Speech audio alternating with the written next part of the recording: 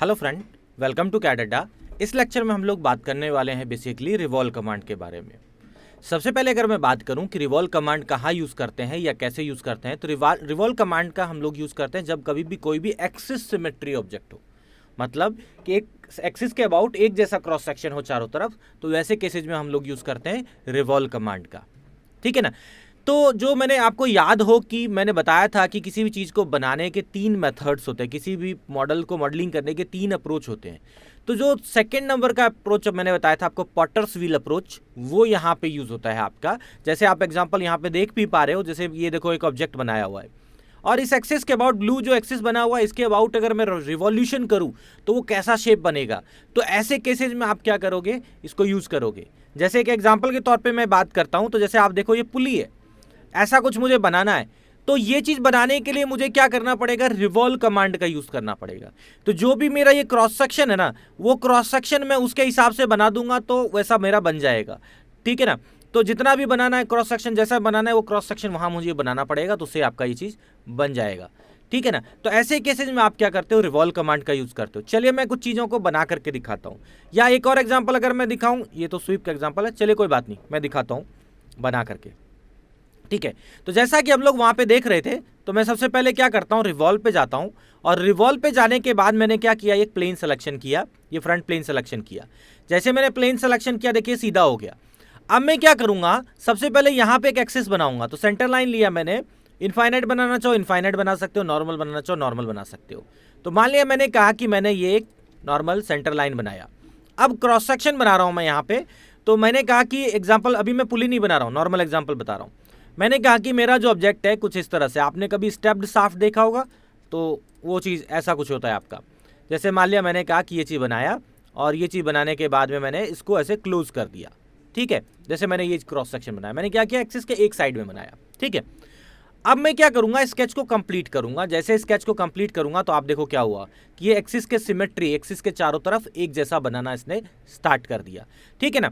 अगर मैं इसको यहाँ पे 360 डिग्री डालता हूँ तो ऐसा बन जाएगा। अगर मैं इसको 270 अगर इनपुट के तौर पे डाल के दिखाऊँ आपको, तो ये देखो कैसा बन गया। ठीक है। यही चीज़ हमने दिया था क्रॉस सेक्शन, अगर मैं डन कर दूँ तो ये देखो ऐसा दिखेगा। यही क्रॉस सेक्शन दिया था हमने। अगर मैं यहाँ से आपका रियल व्यू ग्राफिक्स हटा देता हूँ तो नॉर्मल देखिए, ये ऐसा कुछ बनाया था। यही चीज़ हमने क्रॉस सेक्शन बनाया था।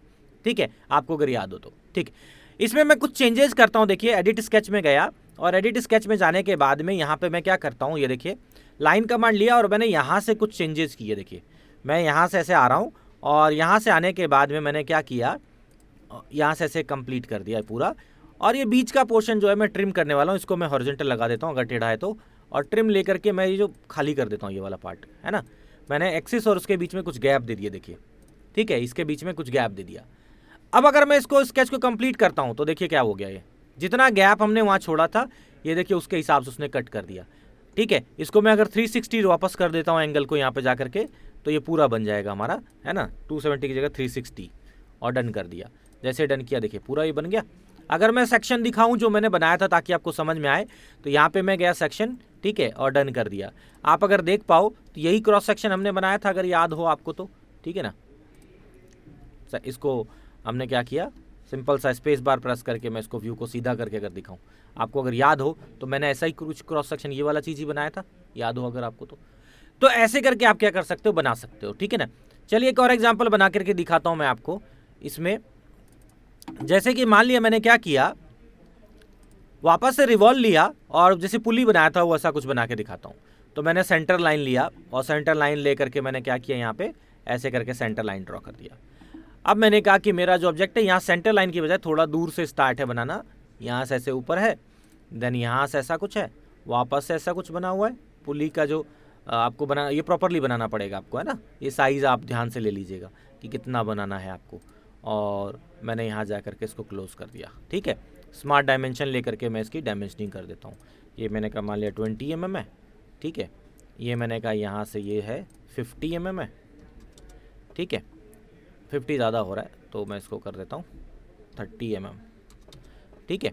और मैंने कहा यहाँ से ये जो डिस्टेंस है मेरा, मान लिया ये मेरा 55 mm है। ठीक है। और उसके बाद में ये एंगल डाल दीजिएगा, इसके बीच का कितना रखना है। ठीक है। मैंने कहा कि ये एंगल मान लिया ये मुझे रखना है 108 डिग्री। ठीक है। उसके हिसाब से। उसके बाद में दोनों को सिलेक्शन करके मैंने कोलिनियर कर दिया, तो एक लाइन पे आ जाएंगे। दोनों की लेंथ मैंने इक्वल कर दिया, ठीक है।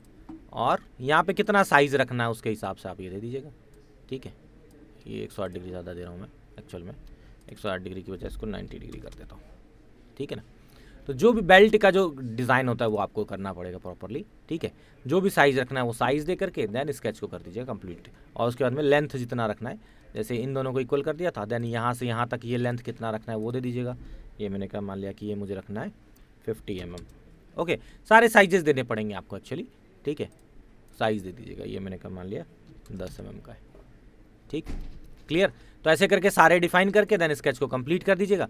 जैसे कंप्लीट करेंगे देखिए क्या हुआ, उसने क्या किया, उस एक्सिस के अबाउट रोटेशन कर दिया। जैसे ही आप डन करेंगे तो वो कंप्लीट हो जाएगा, ये देखिए। तो जो क्रॉस सेक्शन आप दोगे वो बन जाएगा आपका, ठीक है। इसमें एक और चीज़ बताता हूँ मैं आपको, जैसे हमने रिवॉल्व कमांड यूज़ किया, रिवॉल्व और रिवॉल्व कट एक जैसा ही होता है, कोई अलग से नहीं है, एक जैसे ही काम करेंगे। तो जैसे मान लिया मैंने क्या किया, मैंने कहा कि मेरे पास में एक ऑब्जेक्ट है और मैंने कहा कि मेरा जो ऑब्जेक्ट है वो कुछ इस तरह से सिंपल सा ऑब्जेक्ट है। स्केच मैंने कंप्लीट किया, यहाँ से जैसे मैं स्केच को कंप्लीट करूँगा तो ये देखिए ऐसा बन गया। ब्लाइंड की जगह इसको मैंने मिड प्लेन किया और इसकी कुछ लेंथ दे दिया, ऐसे हाइट कर दिया और डन कर दिया, ठीक है। मुझे कोई शेप कट करना है मान लिया इसमें, तो मैं क्या करूँगा, जैसे रिवॉल्व कमांड मैंने यूज़ किया था वैसे मैं रिवॉल्व कट ले लूँगा इस बार। और मैंने वो प्लेन पास से सेलेक्ट किया जो वर्टिकली पास हो रहा था, जो हमारा ऑब्जेक्ट बना हुआ उसमें वर्टिकली जो पास हो रहा है वो वाला प्लेन लिया। तो मैंने फ्रंट प्लेन ले लिया, ये ऐसा आ गया देखिए। अब मैं क्या करता हूँ, यहाँ पे सेंटर लाइन लिया और मैंने सिंपल सा सेंटर लाइन ऐसे ड्रॉ कर दिया वर्टिकली, तो ये ऐसा बन गया। अब मैं क्रॉस सेक्शन बना रहा हूँ, तो मान लिया मैंने क्या किया, मैंने कहा कि मुझे जो क्रॉस सेक्शन कट करना है वो ऐसा कुछ है। और यहाँ जा करके 3 पॉइंट आर्क लिया मैंने, और 3 पॉइंट आर्क से मान लिया मैंने यहाँ पे एक शेप ड्रॉ कर दिया। मैंने कहा ऐसा कुछ शेप है, और ट्रिम लेकर के ये मैंने पार्ट मान लिया ऐसा डिलीट कर दिया, ये शेप बनाया। जैसे मैं स्केच कंप्लीट करूंगा देखिए क्या होगा, ये चारों तरफ ऐसे रोटेशन हो गया और डन कर दीजिए। जैसे डन करेंगे तो देखिए वो शेप कट गया। तो जो हमने क्रॉस सेक्शन बनाया था यहाँ पे ऐसा करके क्रॉस सेक्शन बनाया था, उसने क्या किया, उस एक्सिस के अबाउट रिवॉल्यूशन दिया और उसको कट कर दिया। तो रिवॉल्व कट कोई डिफरेंस नहीं है, रिवॉल्व मटेरियल ऐड करने के लिए, रिवॉल्व कट मटेरियल काटने के लिए, ठीक है। तो ये ऐसा था। अब मान लिया मैं कहूँ कि सेंटर के अबाउट रिवॉल्यूशन नहीं करना, यहीं पे किसी एंड के अबाउट करना है, तो दोबारा देखिए, तो रिवॉल्व कट लिया और मैंने इस बार क्या किया, वापस इसको एक्सटेंड करके फ्रंट प्लेन ही सेम सेलेक्ट किया मैंने। और इस बार सेंटर लाइन जो है ना वो मैं यहाँ बनाने की बजाय यहीं इसी एज के ऊपर बना देता हूँ, देखो, ठीक है। अब कहो कि सेंटर लाइन लेना कंपलसरी है क्या, नहीं है, ठीक है। आपको वहाँ पे कोई भी सेंटर लाइन नहीं आती, उसका एक्सेस ऑन करके देना पड़ेगा, या कोई दूसरा लाइन है तो उसको दे सकते हो, कोई इशू नहीं है, उसके अबाउट कर देगा, ठीक है। तो वो चीज़ है, बेटर रहेगा सेंटर लाइन की हैबिट डालना। अब मैंने कहा कि मान लिया मैंने यहाँ पे इलिप्स बना दिया, एग्जाम्पल तौर पे मान लिया इलेप्टिकल शेप बना दिया मैंने यहाँ पे, देखो, ठीक है। और यहाँ पे लाइन कमांड लेकर के मैंने क्या किया, इसको ऐसे क्लोज कर दिया। जैसे क्लोज करेंगे ये बन गया। अच्छा ध्यान रखना इसमें एक्सेस के एक साइड ही क्रॉस सेक्शन बनाना है, या तो एक लेफ्ट में या राइट में, कोई एक ही साइड बनाना है ना आपको, ठीक है। ऐसा नहीं कि दोनों साइड बना देंगे तो रिवॉल्व नहीं करेगा वो आपको, ठीक। ये बनाने के बाद में मैंने लाइन से बीच में क्लोज किया, ये क्लोज प्रोफाइल है मेरा।